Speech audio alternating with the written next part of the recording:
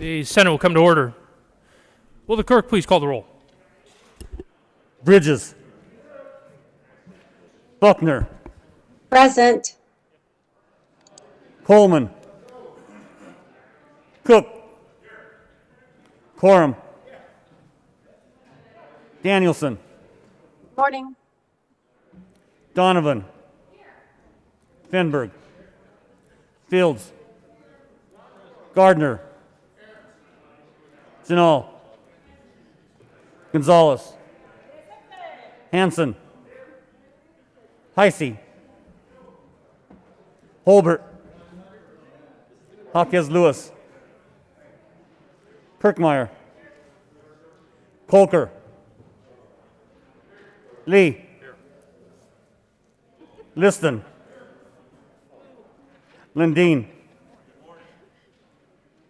Moreno. Pedersen. Piola. Rankin.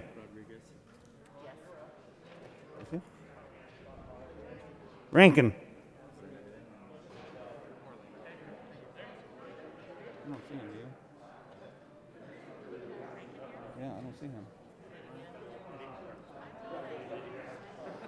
Call him once more. Rankin.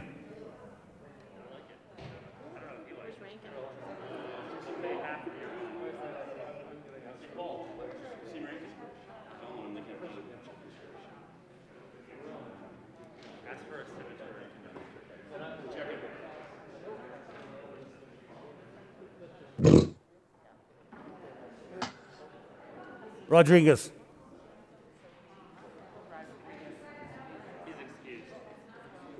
Excused. Scott. Simpson. Smallwood. Sonnenberg. Story. Winter.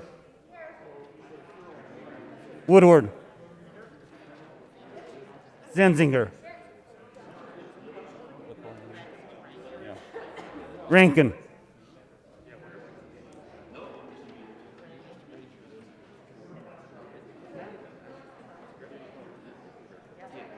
Absent. Mr. President, Here. With 33 present, 1 absent, and 1 excused, we have a quorum. He's probably off doing something budget. Would the good senator from Centennial please lead us in the Pledge of Allegiance? Thank you, Mr. President. Members, will you please join me with the Pledge of Allegiance? I pledge allegiance to the flag of the United States of America and to the republic for which it stands, one nation, under God, indivisible, with liberty and justice for all.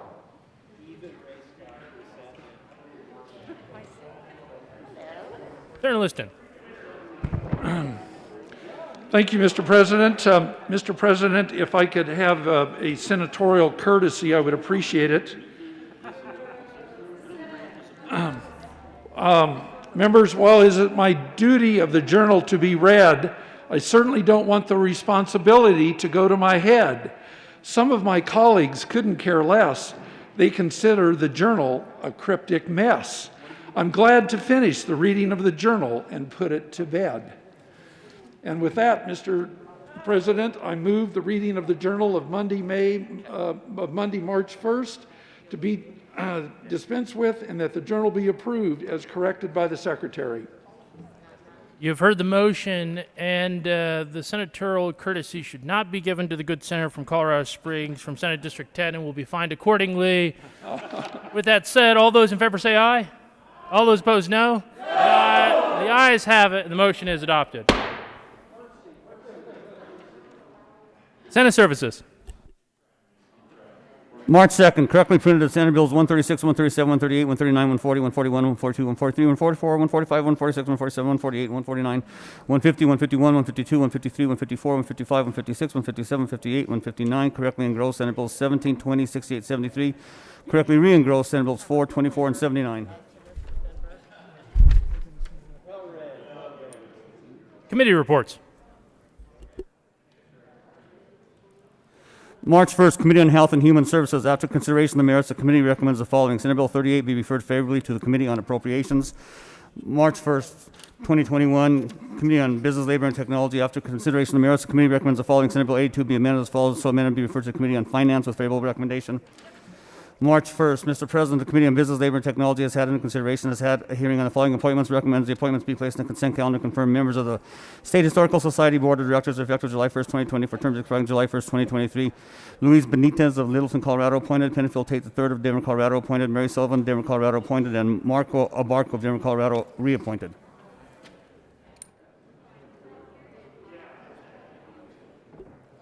Third reading of bills. Third reading of bills consent calendar. Mr. Panetta, please read the bills titles listed on the third reading of bills consent calendar. Senate Bill 17 by Senators Heisey and Zenzinger and Representatives Larson and Bradfield concerning sexual conduct between a student and an educator in violation of the public trust. Senate Bill 68 by Senators Gardner and Lee and Representatives Sopper and Snyder concerning the enactment of the Colorado Revised Statutes 2020 as the positive and statutory law of the state of Colorado. Mr. Majority Leader. Thank you, Mr. President. I move for the passage of all the bills on the third reading of bills consent calendar, which includes Senate Bills 17 and 68. Is there any discussion on any of the bills on the third reading of bills consent calendar? Seeing none, the motion is the passage of all the bills listed on the third reading of bills consent calendar. Are there any no votes on any of the bills?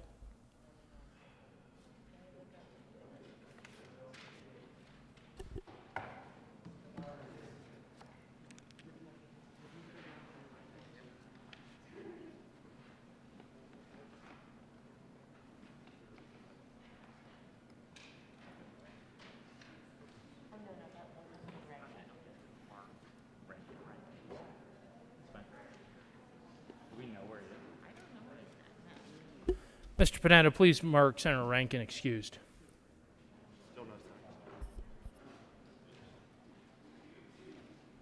With a vote of 33 present, 0 absent, 2 excused, Senate Bill 017 is passed. Co-sponsors. Senators Gardner, Bridges,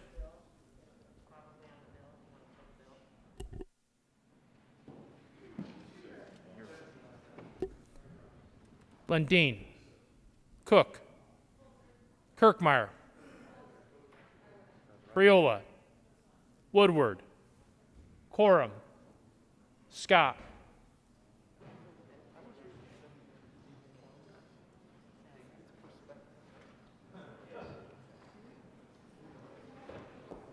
With a vote of 33 ayes, 0 noes, 0 absent, 2 excused, Senate Bill 068 is passed. Co-sponsors. Senators Pedersen, Gonzalez, Smallwood,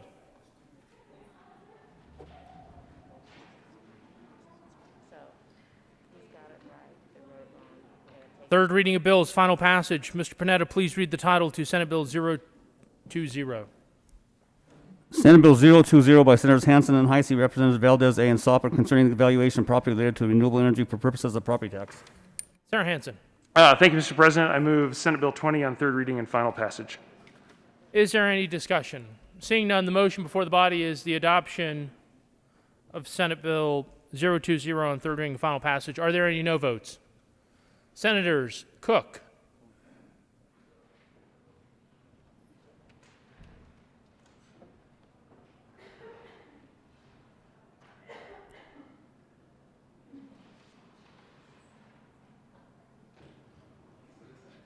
Mr. Minority Leader.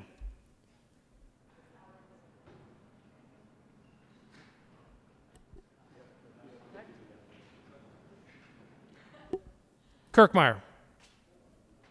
Sonnenberg.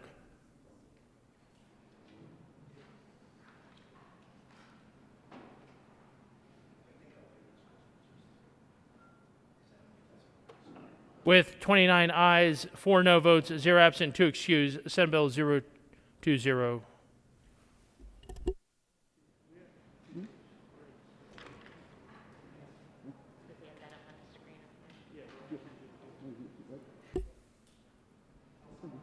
Is passed. Co-sponsors. Senators Bridges, Mr. Majority Leader.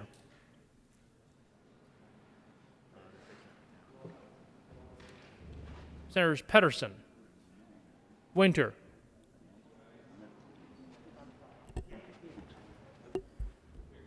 Lee,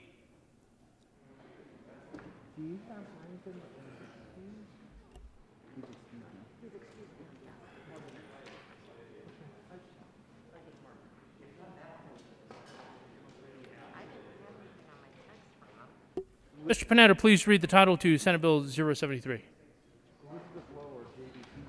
Senate Bill 073 by Senators Danielson and Corman, Representative Michelson, Janae, and Soper, concerning changing the statute of limitations applicable to civil actions concerning sexual misconduct for which the statute of limitations has not yet run as of January 1st, 2022. Senator Corum. Thank you, Mr. President. I move Senate Bill 73 on third reading and final passage. Is there further discussion? Senator Gardner. Thank you, Mr. President. So some of you are probably thinking, well, here he goes. He's going to explain his no vote on this bill. To the contrary, I ultimately, after a lot of thought, am going to be a yes on this bill. Now, this bill in some form has been run in the past 14 years here in the General Assembly and has failed. It has failed when the Judiciary Committee was controlled by this side of the aisle, and it has failed when we've had split chambers. And there have been reasons for that, policy reasons, because what this bill does is adopt a position that there will be no statute of limitations at all for civil actions involving sexual misconduct. Not only for the perpetrator, which has never, in my mind, been the particular issue, but for third parties, even third parties who themselves, and the bill says this, third parties who are not perpetrators of the misconduct. We tend to refer to that person in the courtroom when we represent them as, if they've done nothing, as an innocent party. And they well could be held liable. But this is an issue and a policy choice that has persisted for some years, and some of you will say it is high time.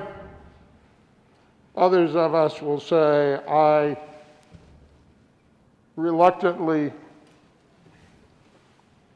accept the judgment of my colleagues here and across the way in the other chamber and presumably on the first floor. This debate will continue across the country, but this bill is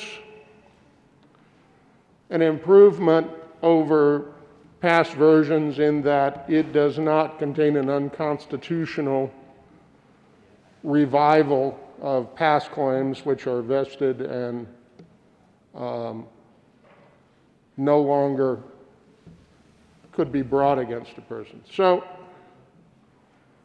I simply ask those of you who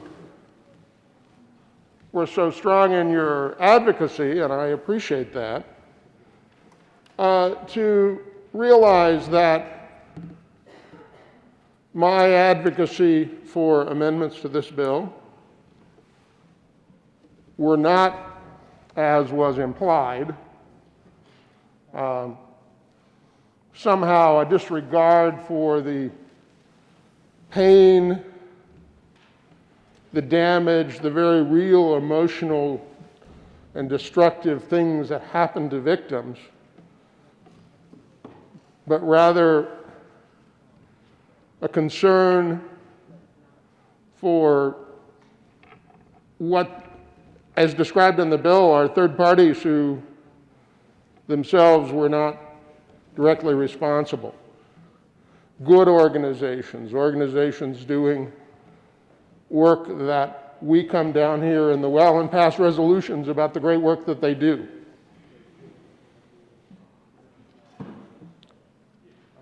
One of the things that has been said about law school is that they beat the emotion out of you. And there is some truth in that, because one is required to be objective. You can certainly be passionate in the advocacy of your client, of a position, but one needs to be unemotional and objective and ultimately rational, a challenge for each and every one of us. So, members, the unemotional and rational conclusion I reach is that as a matter of public policy, this is where we are. As a state, this is where we have decided to be. I think there will be ramifications for third-party organizations, their viability, their cost of doing business, their ability to defend these cases when the perpetrator, him or herself, is perhaps deceased or lacking capacity altogether. But this is the choice we've made, and I accept it, and I will be a yes vote. And I thank the sponsors for taking what is a difficult public policy issue on and addressing it and bringing it forward, and the persistence of those advocacy organizations that have, for at least 15 years, continued to put it forward. Thank you. Mr. Minority Leader. Thank you, Mr. President. I, too, will be a yes vote on Senate Bill 73. And I did get some questions. Excuse me. I did get some questions yesterday about the divide in our caucus. We had members of our caucus who were debating against each other. That is part of the process, and I want to thank the good senator from El Paso County, the ranking member on Judiciary, for expressing his concerns and doing things that are completely within the process. Possibly questioning where the bill was assigned, but we've had those questions before, and that is entirely at the discretion of the president, our presiding officer. But not inappropriate at all to suggest that it go back to Judiciary Committee in this case. And that effort was made, and the vote did not prevail. That's okay. I also want to thank the good senator from Montrose for bringing the bill and also being respectful, understanding the debate that occurred yesterday. There was not animosity, there was not tension among our caucus, though some people ask, oh, is this okay? Yes, it's absolutely okay. So while I will be a yes vote, and I was a yes vote yesterday, I'm grateful to hear the wisdom of the ranking member from the Judiciary Committee. I refer to him as my law professor. I don't have a law degree, but if I had it to do over again, I would go once or twice and get one or two of those. And I'm grateful to have the opportunity to serve here and learn from him. But I do appreciate both of the sponsors and their work on this bill. I think this has met some frustrating conclusion in at least last year and years prior, and happy to support it, but also with the wisdom, the understanding from the good senator from El Paso County. Thank you, Mr. President. Senator Corn. Thank you, Mr. President. I had not planned on coming back, but I want to thank the good senator from Colorado Springs and the minority leader. But I really want to point out something that the minority leader said. We had a difference in our caucus. There was nothing personal. There was certainly no anger. And I want this body to think about that.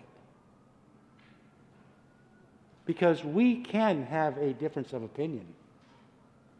We should and can be disagreeable at times. But there is no reason to be disagreeable. We can have those disagreements. My good friend, former Representative J. Paul Brown, his dad Casey had the greatest statement in the world. You find 10 people in the room, they all think the same, one of them's doing all the thinking. So I'm going to challenge this entire body that we don't have to accept everything as this is a Republican issue, this is a Democrat issue. These are issues that affect the citizens of the state of Colorado.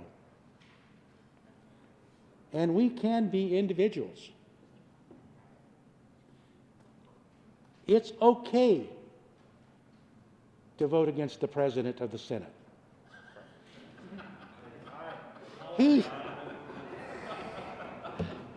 If you think he's wrong, stand up. The good senator should not impugn the president, and will be fined accordingly for impugning a member of this body. Thank you, Mr. President. I believe that is worth a fine. So, but thank you all for your sense of humor and realizing that we all, 35 districts, our constituents are all different. But as a Republican, as a moderate Republican, there are issues that I will disagree with my party on, and I will certainly disagree with members of your party. And you know what? That's okay. Because if we do that, we will serve the citizens of Colorado much better. Thank you. Senator Pedersen. Thank you, Mr. President. I feel the need to get up and speak on behalf of kids going through this today, adults who have had to live their life having gone through this, because I think about my mom and what it's meant for her. And my mom she's unclear, 4 or 5 years old, when the person that she should have trusted the most in life, her father, started sexually abusing her. She doesn't remember, like I said, if it was 4 or 5. But when I look at Davis, who's just over a year old, and I think about where he'll be in development at 4 years old, 5 years old, it's pretty unbelievable to think about people going through this. You all are very kind.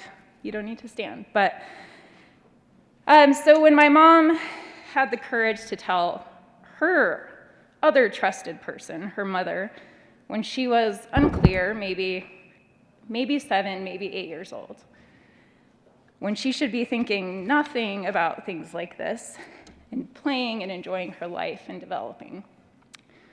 Her mom's reaction was that it couldn't possibly be true. She must have seen a movie. This must have been a story that she heard. There's some confusion here. Now, my grandma wasn't a bad person. She, I believe, did not want to acknowledge that a human being is capable of this, let alone her husband. But my mom lived from the time she was maybe 4 years old until she was 13, and I guess he stopped caring when she was 13 and stopped abusing her, going through this as a child. And when I think about the life that she lived because of that, my mom dropped out of high school when she was 15. She moved out when she was 15 years old, working downtown, actually down the street at a nursing home. And the opportunities that she didn't have in her life because of the abuse and neglect that she faced. And because the person that was supposed to believe her didn't. And because the person who was trusted took advantage of that trust and unfortunately did the unthinkable. And so I think about what this bill means, because my grandpa, I barely knew him. My mom, rightfully so, kept us very far away. He died of pancreatic cancer probably about 10 years ago. But my mom never had justice. She never got to confront him. She wasn't believed to begin with. And so I think about what this bill means for the kids who are now adults who probably were told the same thing, who came forward and the act was covered up. And so this bill is about slightly giving back to ensure that they actually feel like for the first time in their life, they have the justice that they've been seeking, the acknowledgement that they've been seeking for their entire life. And so I stand up for my mom, who never got to confront her father. His name was Terry Gene Kennedy. He sexually abused my mom, and he caused generations of pain for our family. And he also sexually abused her younger sister, who unfortunately also suffered with a substance use disorder. I know my mom would not have been addicted to heroin if she hadn't gone through this. And so thank you to the sponsors, because it's unimaginable when you think about the statute of limitations that my mom would be expected to have addressed this when she was 10 years old. She didn't have the courage. She tried with her mom. No kid is going to have the courage to do that. So I just want to thank the sponsors for finally addressing this issue, and thank you all for listening to my story. Senator Fields.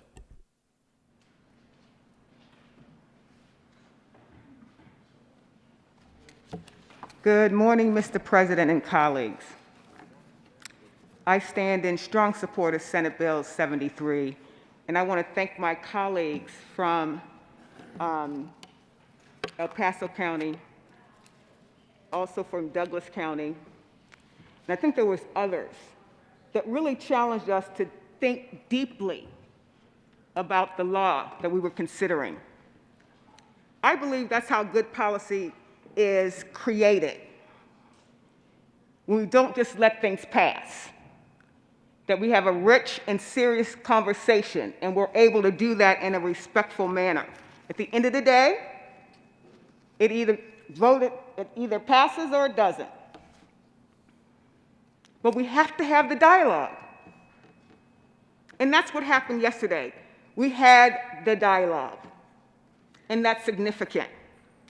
The reason I support this bill is because some of the things I heard from the 16 victims and survivors that showed up in committee, they never said that their crime was stale. They never said that they forgot the elements of what happened to them. Even to this day, it might have been 30 years later, 40 years later, they still remember the crime, and they're able to talk about it. But when you're a 5-year-old and you can't take care of yourself, maybe you can't report it right away. It might wait until you're an adult, until you're able to advance and elevate what exactly happened. So what this bill will allow for parents and for the victims to do is to have civil action against that organization or against that person. Just think about that. Just think about the number of young girls, gymnastic, gold medal athletes. Larry Nassar. He assaulted 24 gymnasts. And that organization knew about it, but did nothing about it. So yes, organizations should be held accountable, because if you don't stop the behavior, you create this continual cycle where it repeats itself. We had one victim in the committee who was assaulted as a young boy. The school knew about it, later found out that he had assaulted 30 other kids. We have to stop this cycle, and the way we stop it is by holding people accountable. There's another example I'd like to share. You guys remember this. This is Penn State, where he was grooming kids at 10 and 9 years old. Penn State knew about it, but because of the representation of the image of the school, they just decided to have a blind eye to it.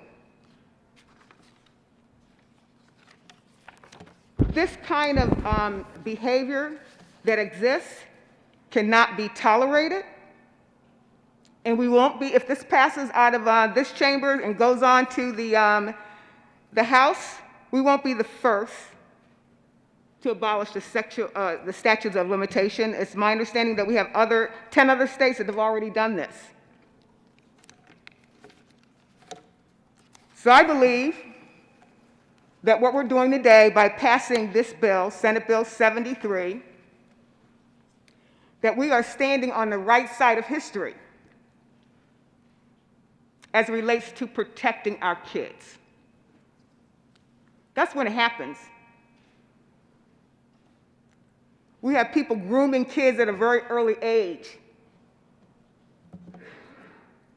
and it takes away their innocence.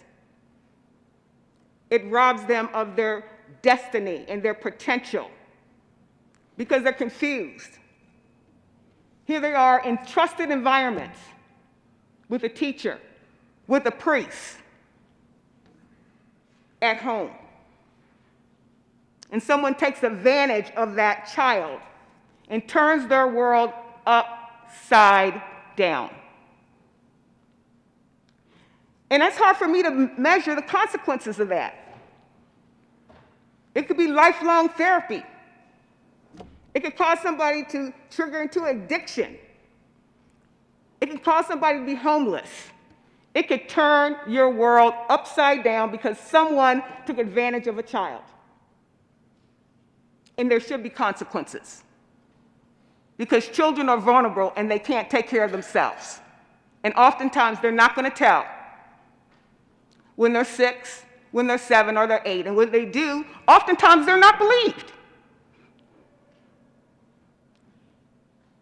So when they do tell, we should listen. And if a DA says that there's enough evidence, they have to decide if it has enough merit to move forward. What's wrong with that? If a DA says there's enough evidence to move forward to charge someone for the civil liabilities for a sexual assault that happened to a child, that's what justice should be about. Thank you. I urge a yes vote on Senate Bill 73. Senator Smallwood.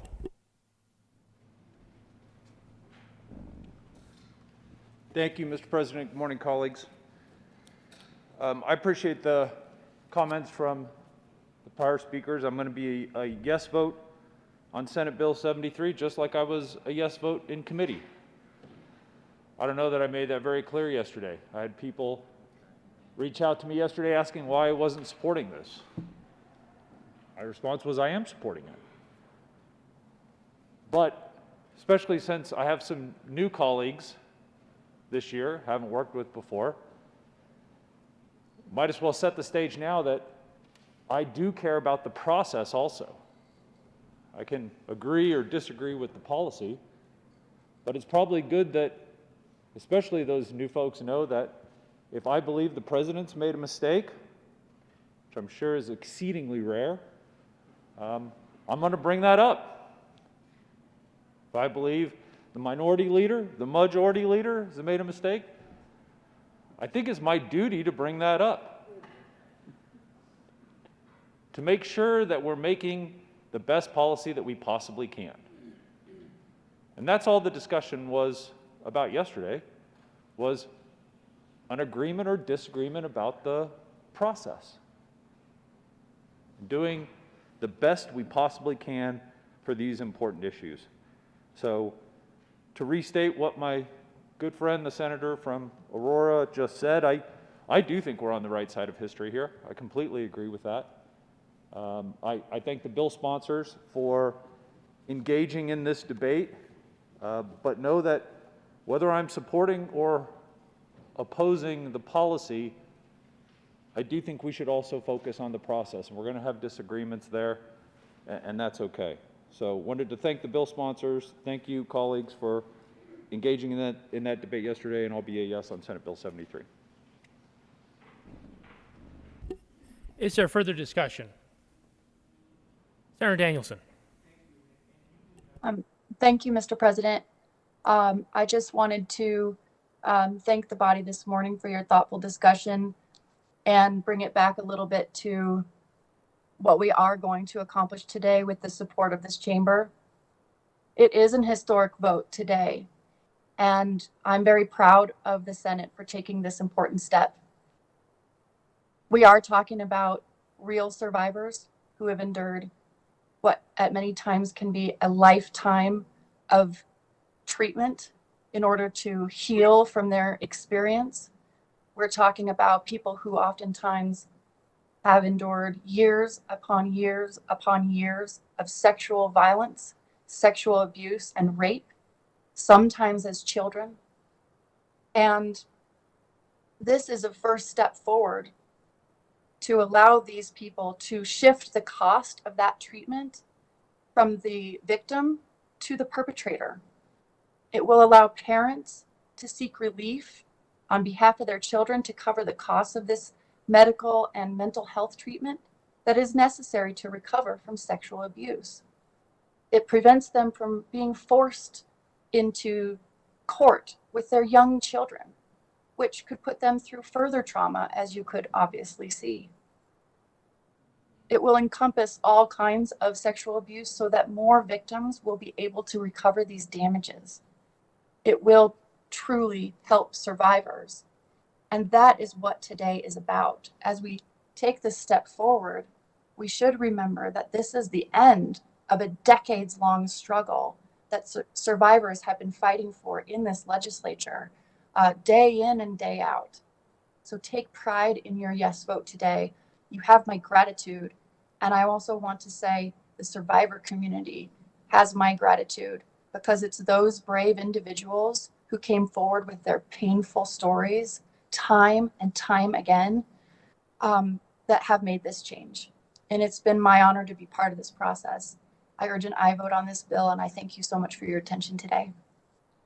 Having no further discussion, the motion before the body is the passage of Senate Bill 073 on third reading and final passage. Are there any no votes?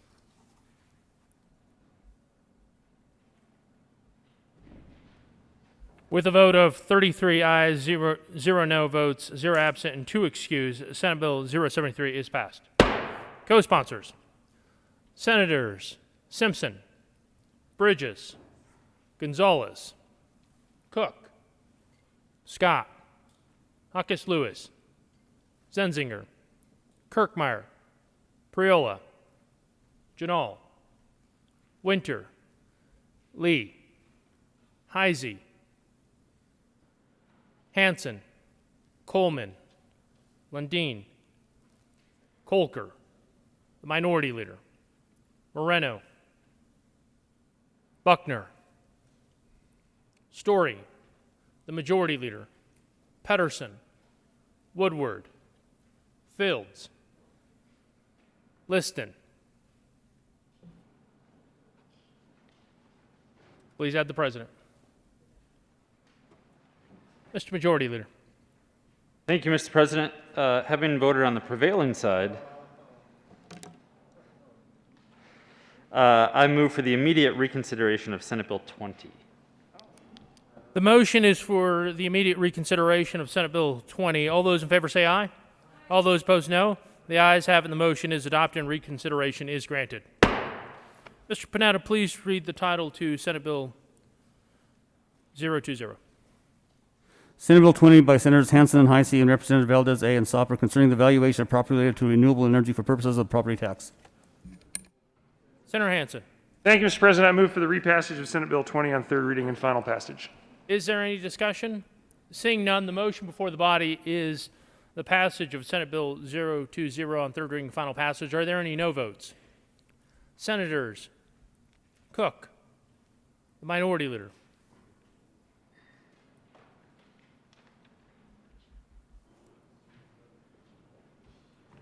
with a vote of 31 ayes, 31 ayes, 2 no votes, 0 absent, and 2 excused, Senate Bill 020 is passed.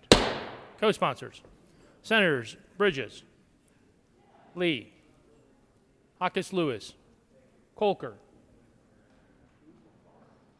Pedersen, Winter,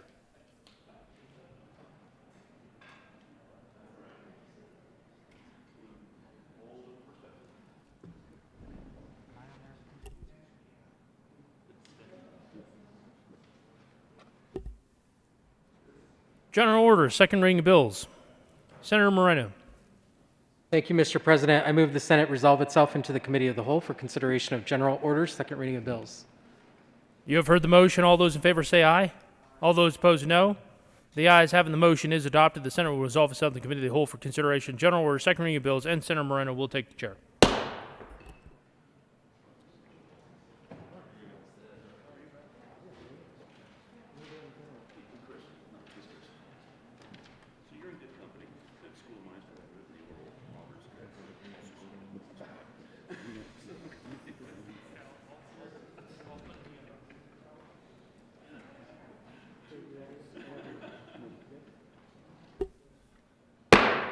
The committee will come to order. Mr. Panetta, please read the title to Senate Bill 8. Senate Bill 8 by Senator Simpson and Representatives Valdez and Holtorf concerning removing the word junior from the name of certain colleges. Senator Simpson. Thank you, Mr. Chair. I move Senate Bill 008. To the bill, Senator Simpson. So, colleagues, I'm learning real quickly, this isn't a simple bill. There are no simple bills, but it was intended to be not very complicated. The intention was to move or change the name of 3 of the junior colleges in Colorado and remove junior from their name. So across the country, there are only 15 junior colleges left in the United States, 3 of them being here. So it was an effort to recognize changing times and circumstances and have these rural institutions be, a little more resilient, the ability to attract and retain students and be more successful. I encourage and I vote on Senate Bill 008. There is an amendment on the desk. Mr. Panetta, will you please read Amendment L001? Amendment L001 to Senate Bill 8. Senator Sonberg. Thank you, Mr. Chair. I move L001. Members, what this does, this amendment actually takes Northeastern Junior College out of the bill. Let me explain to you the perception from NJC and our community and what is happening here. The president of NJC reached out to me, I don't know, last summer, sometime, I can't remember in all this, said we'd like to take the name change, take junior out of the name and make it Northeastern College. And I asked why. He says, well, junior has a detrimental term with regard to our recruiting.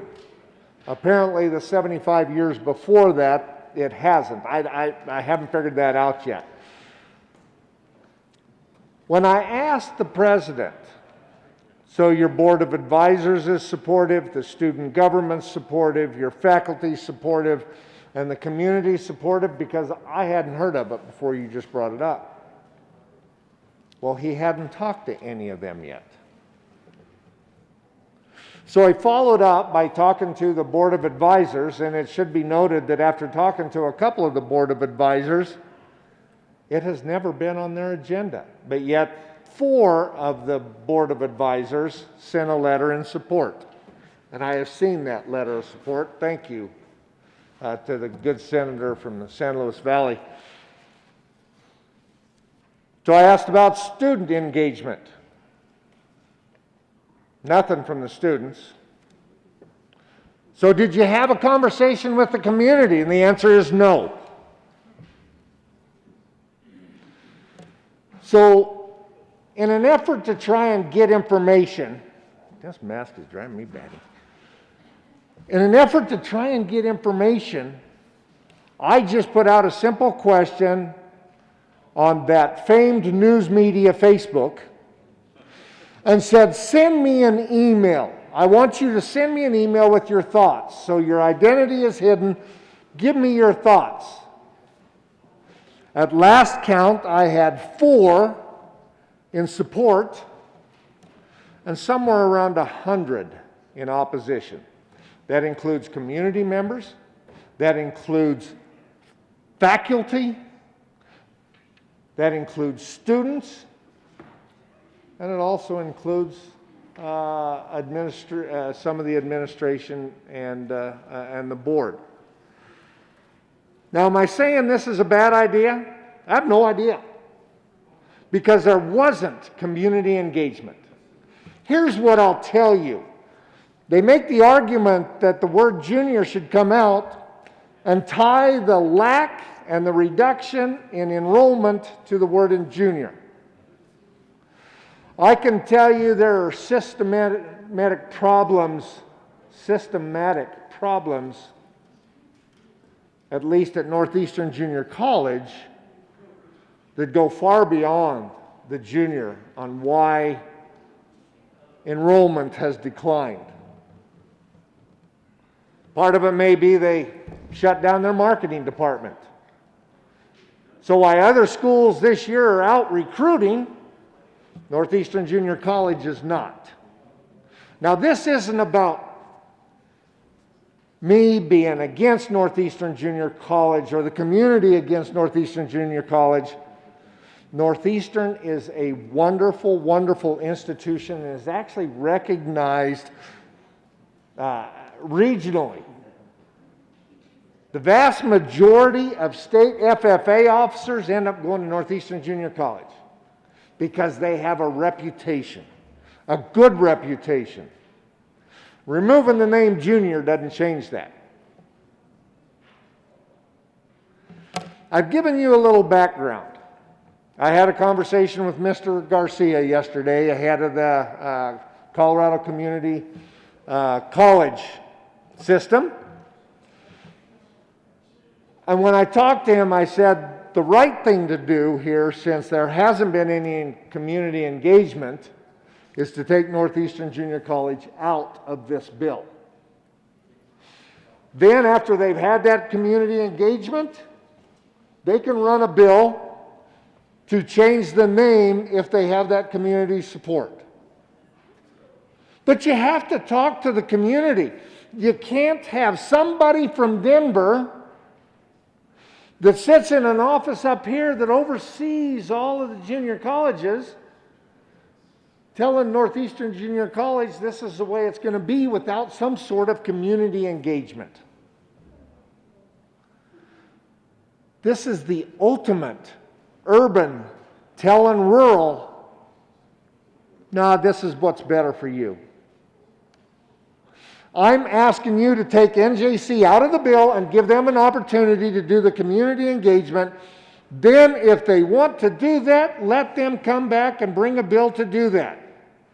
That shouldn't be an issue. Why would we want to ram this down their throat without community engagement? I am asking for your yes vote not to ram this down the community in northeastern Colorado. Further discussion on Amendment L001. Senator Simpson. Thank you, Mr. Chair. Look, I appreciate the challenges and the sensitivities associated with name change for these institutions. When I agreed to sponsor the bill last November, it was under the criteria that I had support from the community, the president, the student bodies, any number of entities before I would move the bill forward. So I did receive a letter of support from 4 of the 6 advisory board members for Northeastern. I received a letter of support from the Sterling City Council. I received a letter of support from 2 of the 3 county commissioners in Logan County, and that was all in January. So I know there was some level of engagement that must have been occurring. I likewise also spoke with Chancellor Garcia yesterday, and a commitment from him to continue with the outreach and the engagement in the community. What's the right, volume? Where do you get to the right point? I guess we'll find out. But I was very comfortable sponsoring the bill with a certain confidence that the community engagement had been occurring and will continue. I encourage a no vote on the amendment. Senator Sonnenberg. Well, thank you, Mr. Chair. And the good senator from San Luis Valley, I wanted to answer his question on how that engagement happened. The engagement with the advisory committee were individual phone calls to those members. They never had a public forum or never had a discussion in public as an advisory committee. The engagement with the teachers or the staff was during staff time. The engagement with the county commissioners was at a meeting with the county commissioners, not with the community, with the county commissioners, and the same with the city council, a meeting with the city council, those elected officials. No engagement with the community at whole. Absolutely no engagement with the alumni. Matter of fact, the alumni didn't even know about it until I brought it up to them. The people charged with raising money to try and help the college stand forward and move forward didn't even know about it.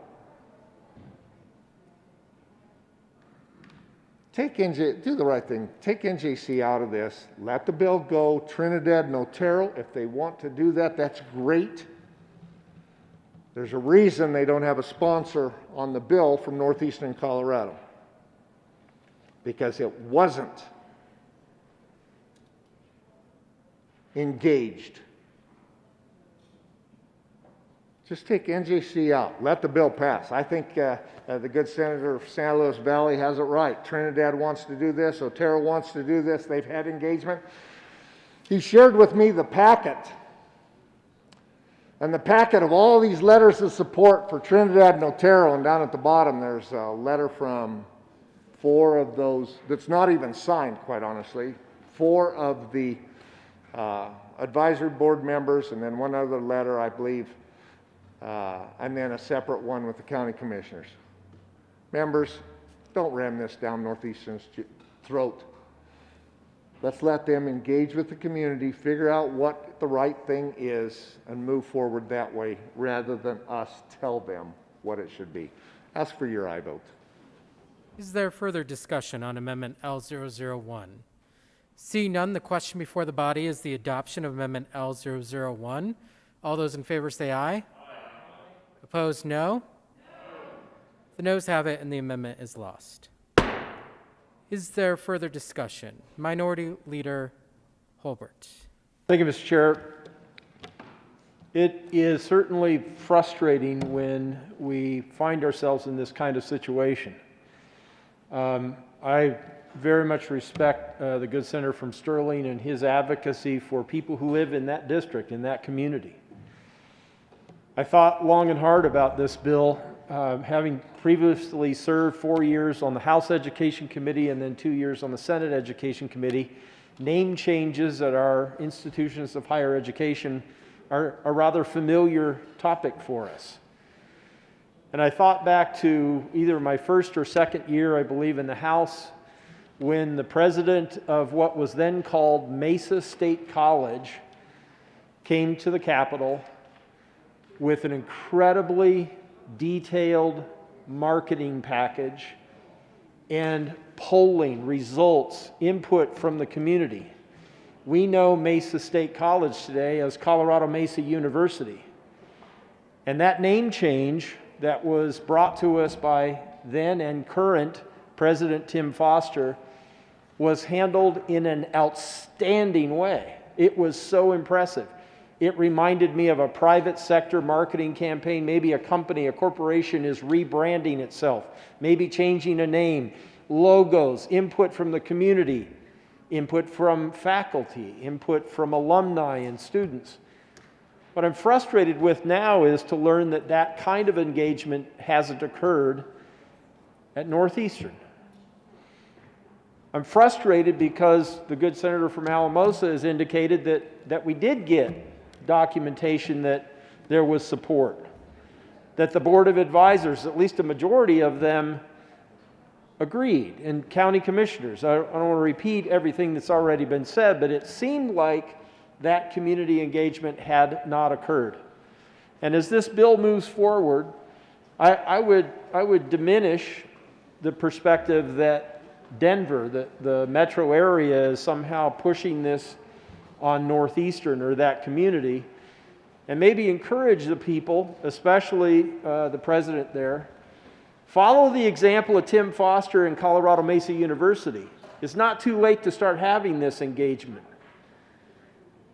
If there's been a lack of communication in that part of the state, maybe COVID has had a role in that. Maybe social distancing and limiting, capacity at meetings.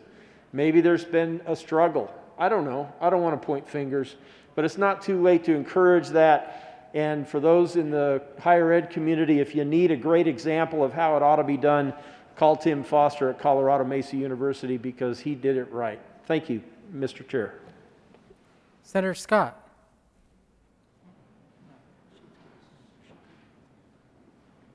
Thank you, Mr. Chair. I was wanting to speak to the bill. Are we at that point?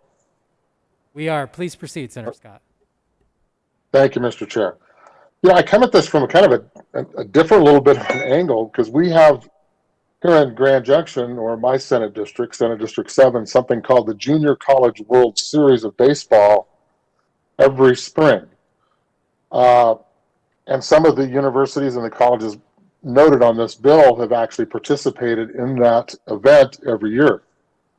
I have not had time to talk with the Junior College World Series Board of Directors to see what their feelings are. I don't know if this in some way would negate these colleges from being able to participate in the Junior College World Series here in Grand Junction every year, but I would certainly hope not. So at this point, I guess what I would ask is that we take a little more time on this bill and maybe reach out to a few of these folks and just find out if there are unintended consequences that we're not aware of, unless today the bill sponsors can answer that question. We've promoted the fact of junior colleges being a very robust way for young people to get an education. And this drifts into the sports part of that because we have junior colleges from all over the United States that participate in this World Series of Baseball. And I would in no way want to interrupt that history because it did start, gosh, back in the 50s, maybe even earlier. And I just want to make sure that we haven't, by doing something like this, created an unintended consequence for these young women, men and women in these Colorado junior colleges to be able to participate in something called a Junior College World Series of Baseball. And with that, I would see if the sponsor can answer that question. Senator Simpson. Thank you, Mr. Chair. Thank you, my good colleague from Grand Junction. I can't say with absolute certainty, but given the fact there are only 15 junior colleges in the United States, I assume the Junior College World Series is accepting colleges that don't have junior in their name. But I'll find out for certain, but I suspect that's the case. Further discussion? Senator Fields. Thank you, Mr. Chair, and thank the sponsor for bringing this bill, Senate Bill 8. I am a product of attending a junior college, and I know that in the United States, junior colleges provide post-secondary opportunities for kids that may not think that they're ready to attend a four-year institution, but they're able to kind of test the waters to see what their academic interests might be or their professional occupation might be. So I'm just trying to understand why we would want to remove junior from certain colleges. You know, that's really my question to the bill sponsor, because I don't really understand the rationale behind removing that word, because for some kids, a junior college is appropriate. And many of our community colleges and our junior colleges provide recurrent training, not recurrent, like you can be in high school and you can take college classes, concurrent enrollment, thank you, at some of our junior and community college. In this time, we don't need more confusion as it relates to the difference between a junior college and a community college. I represent Aurora Community College. Now, they're not a part of the three, but I still need to have a better understanding why we would want to take out the word junior. Are you saying that it's less than? The reason I went to a community college was because my dad was stationed at Fort Carson, and his tour would move every 4 years, his tour. So for me, my mom and dad said, why don't you start at this junior college so that when it was time for us to leave, you can go to a four-year college. That worked out well for me. I decided to stay in the great state of Colorado and went on to get my degree from the University of Northern Colorado in education. But it gave me the confidence to know that I could do well at a four-year institution. So going to a junior college or community college is good, but I don't want people to be confused over verbiage. I want kids to have access to education. And so I just don't, I need better understanding and rationale as to what's so bad about the word junior as it relates to a college. Are you saying it should be community? Or are you just saying state college? I just don't understand. I need clarification. Senator Simpson. Thank you, Mr. Chair, and my good friend, the senator from Arapahoe County. To be clear, the name change has nothing to do with scope or mission of any of the institutions. They continue to offer the same programs, the same concurrent enrollment, same outcomes as they historically have. It's an effort to make them more sustainable, more attractive. There has been a tendency over the years to associate junior with some sort of negative connotation. That's why the number of these colleges have made these changes. The institution in my hometown, in Alamosa, Adams State University, has done 5 name changes over time to accommodate changing perceptions, and theirs was associated the last one was associated with a mission and a scope change. So it's really, again, about being adaptable and flexible and recognizing the demands that current students have on the system and what they want out of their college experience. Senator Bridges. Thank you, Mr. Chair. And I just add to that, as someone who is a strong believer in the community college system here in the state, these are 3 colleges that have junior in the name, and they don't want to have junior in the name anymore, in part just for advertising reasons, just so that they are out there as the kind of place that they are. There are very few junior colleges left anywhere in the country. It's a movement that has occurred over decades to drop the junior from those names. And this bill is just respecting the wishes of those colleges to remove junior from that name, but not changing their scope or mission. The role that those community colleges play, those 2-year institutions, is critical in our state, and I think we need to do more to support them, expand concurrent enrollment, and also this bill right here is one way of supporting those schools. They've asked to make this change. Let's go ahead and give it to them. Is there any further discussion on Senate Bill 8? Seeing none, the question before us is the adoption of Senate Bill 8. All those in favor say aye. Aye. Opposed, no. The ayes have it and the bill is adopted. Mr. Majority Leader. Thank you, Mr. Chair. I move the committee rise and report. The motion is to rise and report. All those in favor say aye. Opposed, no. The ayes have it and the committee will rise and report.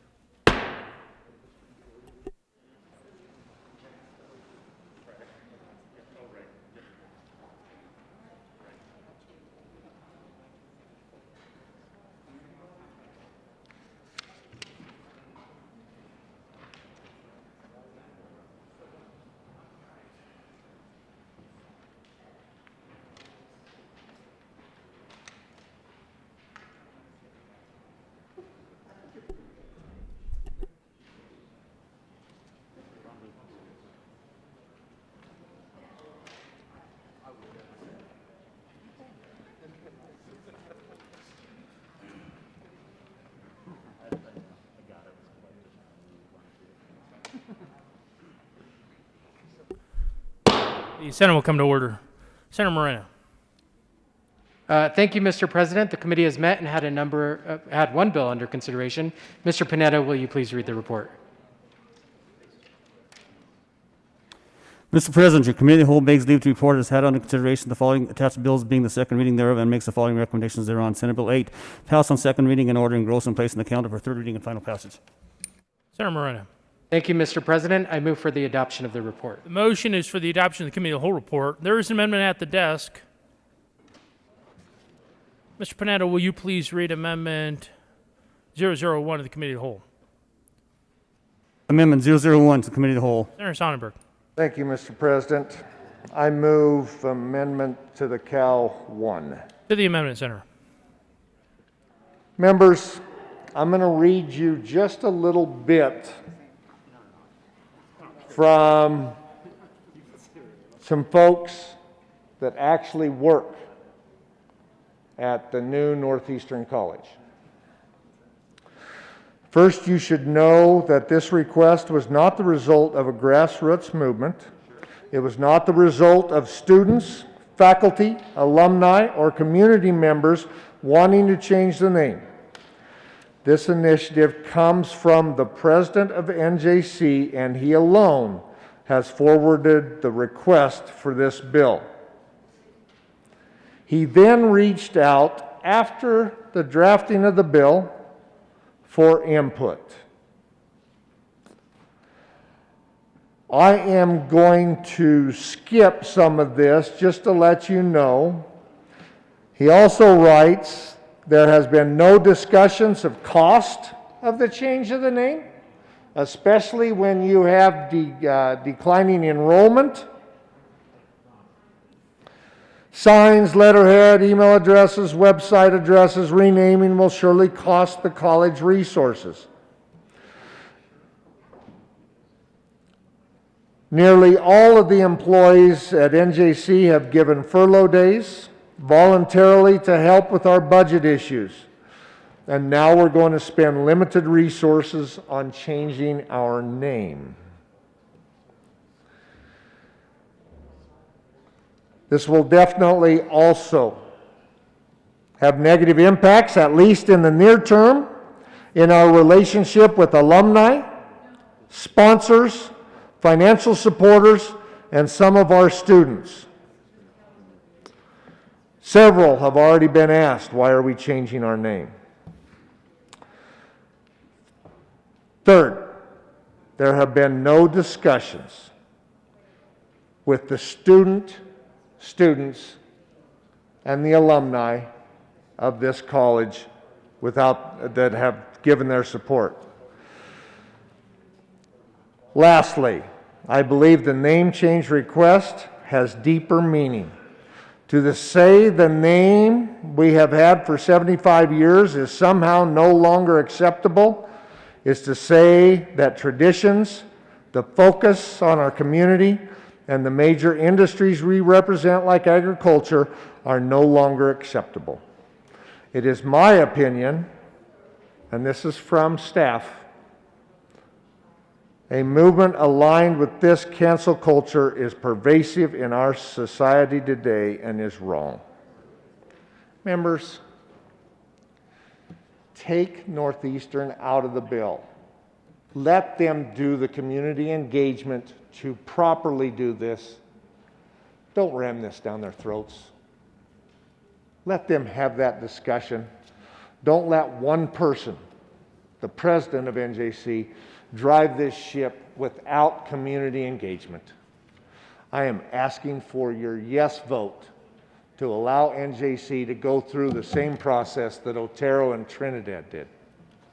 Please vote yes to take NJC out of this bill. Thank you.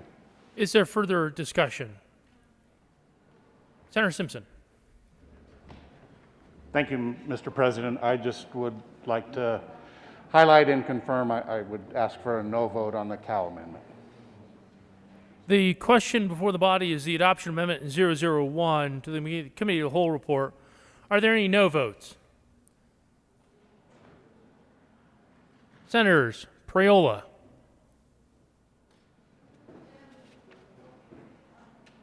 Simpson,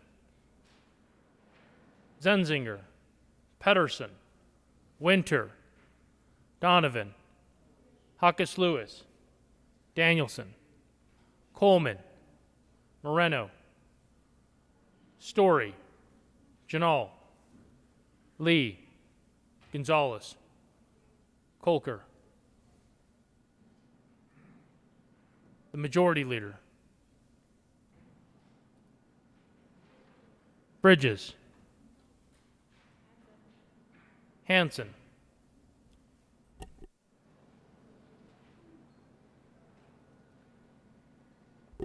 Please add the President. With 14 ayes, 19 no votes, 0 absent, and 2 excused, Amendment 001 is lost.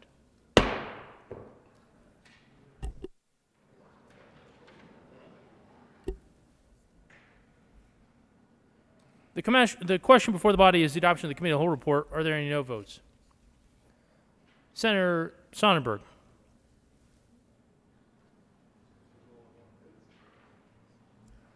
With 32 ayes, 1 no vote, 0 absent, and 2 excused, the Committee of the report is adopted.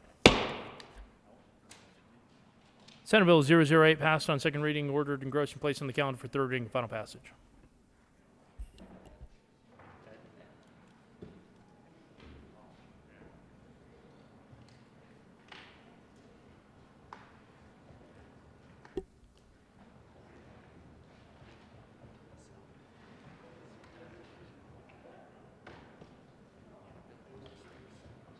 Consideration of governor's appointments, consent calendar. Will the clerk please read all of the appointments listed on the consent calendar? Mr. Majority Leader. Thank you, Mr. President. There's been multiple requests, actually, several, at least 34 that I know of, to remove members of the Board of Trustees for the Colorado School for the Deaf and the Blind from the consent calendar. I believe 2 of the individuals are, I'm sure, fine, but one of them needs further scrutiny.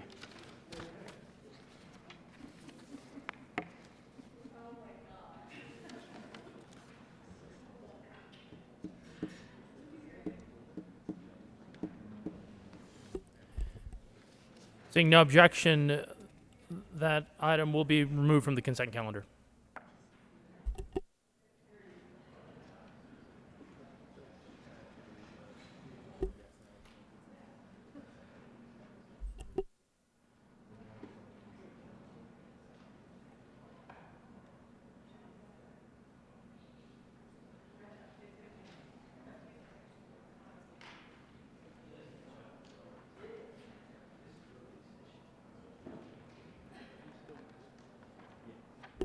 Mr. Panetta, please read the appointments listed.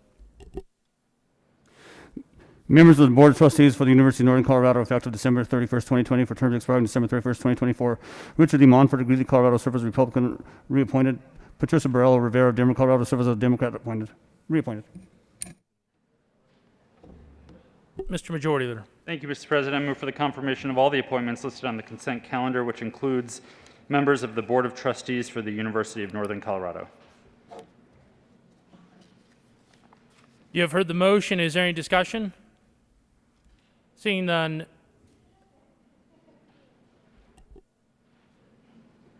The Senate will stand in a brief recess.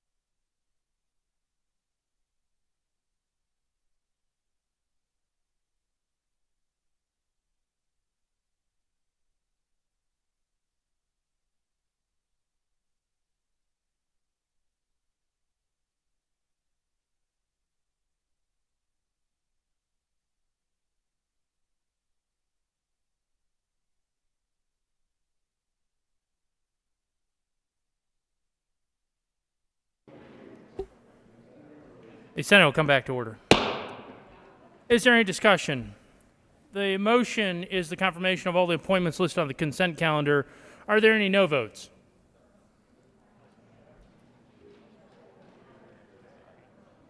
With 33 aye votes, 0 no votes, 0 absent, and 2 excused, all those appointments are confirmed. Consideration of governor's appointments. Will the clerk please read the title to the appointment of the Deaf and Blind Commission?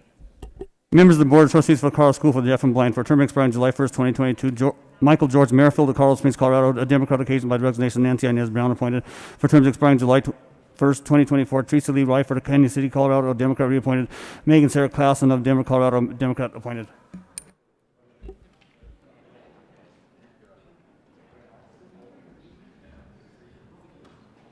Mr. Panetta, please add Senator Rankin to the roll call. Senator Zenzinger. Thank you, Mr. President. I move for the adoption of the confirmation of the members of the Board of Trustees for the Colorado School for the Deaf and the Blind, specifically Ms. Teresa Rayford and Ms. Megan Clausen.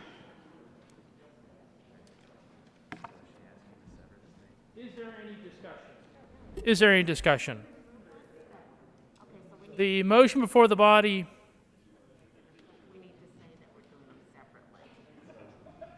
Senator Zenzinger. I apologize, Mr. President, my mistake. I am supposed to mention that we are doing these individually, and so I will restate my motion. I move for the approval of the confirmation of governor's appointments to the Board of Trustees for the Colorado School for the Deaf and the Blind, specifically Ms. Teresa Rayford. Is there any discussion? The motion before the body is the appointment of Ms. Teresa Rayford to the Board of Trustees of the Colorado School for the Deaf and Blind. Are there any no votes? With 34 ayes, 0 noes, 0 absent, and 1 excuse, Ms. Refford is appointed to that board. Senator Zenzinger. Thank you, Mr. President. I move for the adoption of the confirmation of governor's appointments to the Board of Trustees for the Colorado School for the Deaf and Blind, specifically for Ms. Megan Clausen. Is there any discussion? The motion before the body is to confirm Ms. Megan Clausen to the School for the Deaf and Blind. Are there any no votes? With 34 ayes, 0 noes, 0 absent, 1 excuse, Ms. Clausen is appointed to that board. Senator Zenzinger.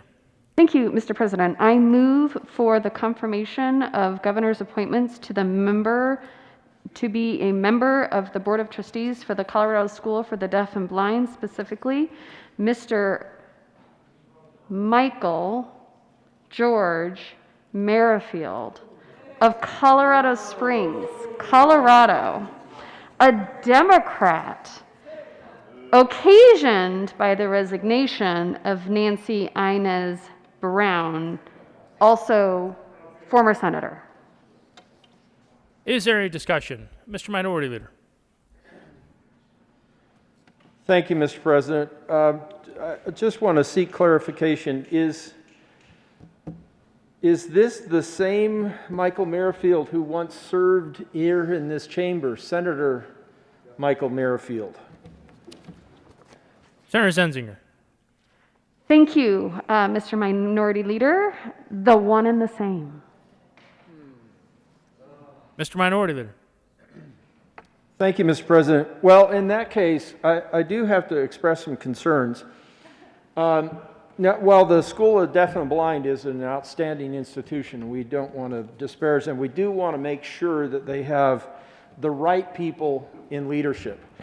And it could be that Senator Merrifield, my good friend Michael, has found a special place in Colorado Springs for his service.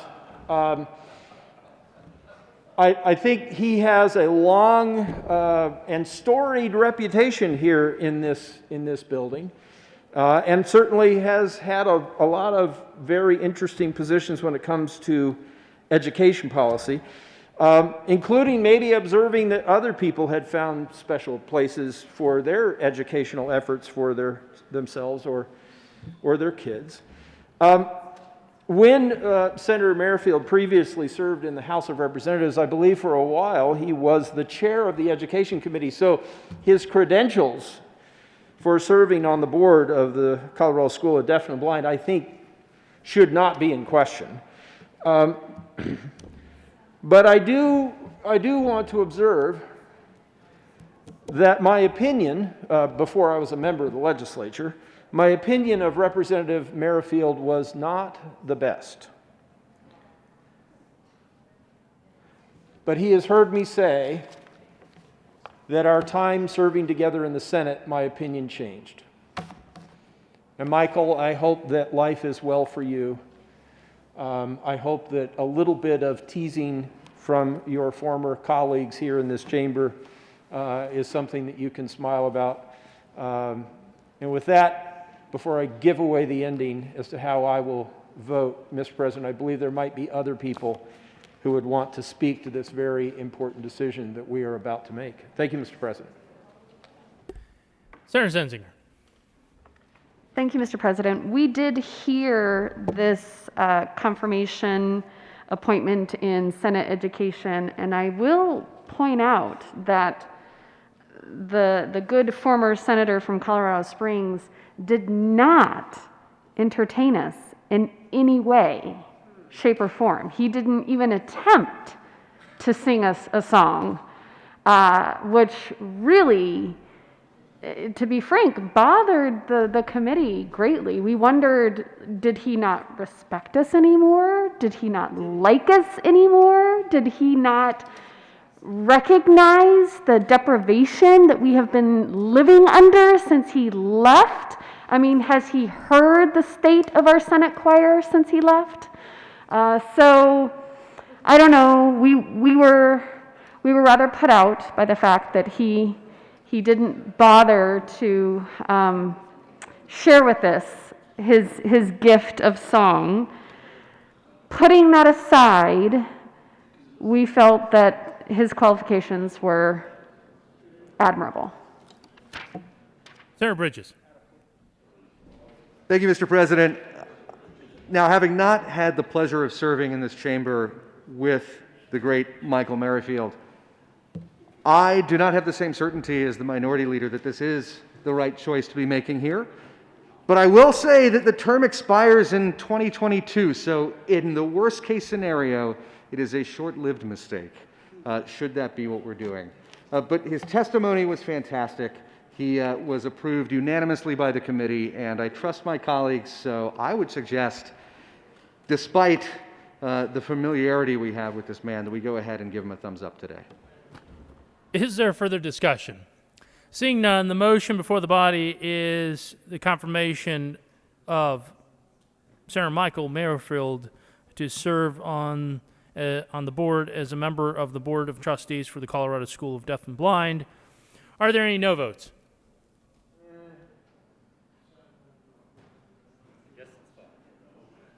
With a reluctant 34 aye votes, 0 no votes, 0 absent, and 1 excuse, Senator Michael Merrifield is appointed to that commission. Message from the House. Mr. President, the House has passed on third reading and transmitted to the revised statutes House Bills 1025, 1091, and 1022 amended as printed in the House Journal March 1st, 2021.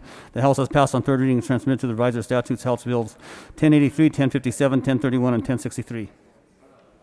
Message from the reviser. March 2nd to the Senate. Message from the reviser. We herewith transmit without comment House Bills 1031, 1057, 1063, 1083 without comment as amended. House Bills 1022, 1025, and 1091.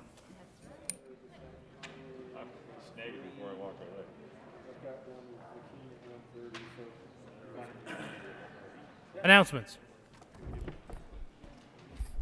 Senator Lundeen. Thank you, Mr. President. If times were normal, people would be filling the benches along the sides of the Senate. If times were normal, we might be doing things like introducing those people.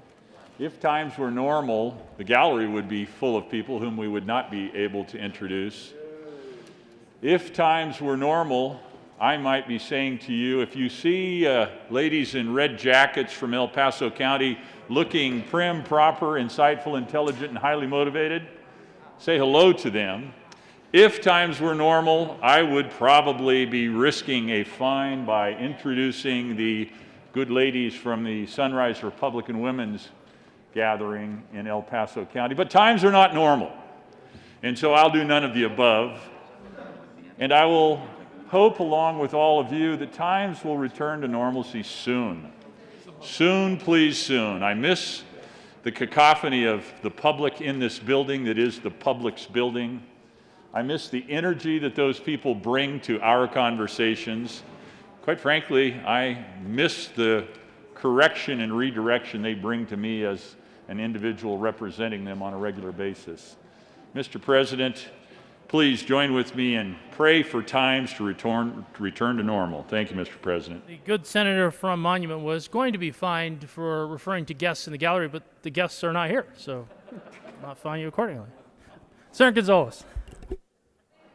Gracias, Presidente. To the members of the Senate State Veterans and Military Affairs Committee, we will be meeting at 2 o'clock today, promptly. In the old Supreme Court, we have 3 bills on the calendar: Senate Bill 28, Senate Bill 36, and Senate Bill 40. See y'all then. Senator Cook. Thank you, Mr. President. I request a moment of personal privilege. Granted. Thank you, Mr. President. I'm privileged to be now the Senate liaison with the Civil Air Patrol. And you all have your cards and your Civil Air Patrol report to Congress. 4 of our members are going to be majors with the rest of us here pretty soon. I just want to put a shout out for the Civil Air Patrol. They do a great job. We worked with them at the Sheriff's Office during many occasions, the floods. They look for people that are lost out in the counties. They are a great organization. So if you have any questions or concerns, please come see me. Thank you. Senator Liston. Thank you, Mr. President. Mr. President, this may break your heart, but I've spoken to the minority leader and the good majority leader, and I will not be here Friday, so I don't know if I'll be able to do my limerick or not, but I've asked to be excused, and they've, I think, said yes, maybe gleefully, so I'm just asking for your permission as well. Thank you, Mr. President. The good senator will be marked excused for Friday as requested. Senator Donovan. Thank you, Mr. President. I would like to announce that we have a really neat art display in our office, kind of our common area, which is 266, that I hope many of you will stop by and see. It is with the folks from the Veterans Arts Council, and with the help of Jesse Eastburn, we are featuring the artist Jim Stevens and his work. We have 5 pieces up right now, including one piece that received the gold medal at the National Veterans Creative Arts Festival. The work is quite striking and quite varied when you look at it and think that it came from a single artist. He is actually legally blind. He was wounded in combat in Vietnam and served 11 years in the Army. And this project is intent to give the opportunity for veterans to amplify their voices, transform their experiences into beautiful pieces of art, and to kind of use this community of creative art creation to connect artists with all service backgrounds and also provide them with grant opportunities. The artist is Jim Stevens. The art is for sale. I have my eye on one of them, so if we get in a bidding war, it'll benefit him. And you can see more of his art at stevens@scrimshawstudio.com. But please walk through the office and see his remarkable work. Thank you, Mr. President. Senator Bridges. Thank you, Mr. President. I was informed by a member of the Finance Committee that they don't read the calendar, and if it's not announced, they won't go. So, for those of you who are on the Senate Finance Committee, we will be meeting upon adjournment in the old Supreme Court with 2 bills under consideration. I look forward to seeing you there.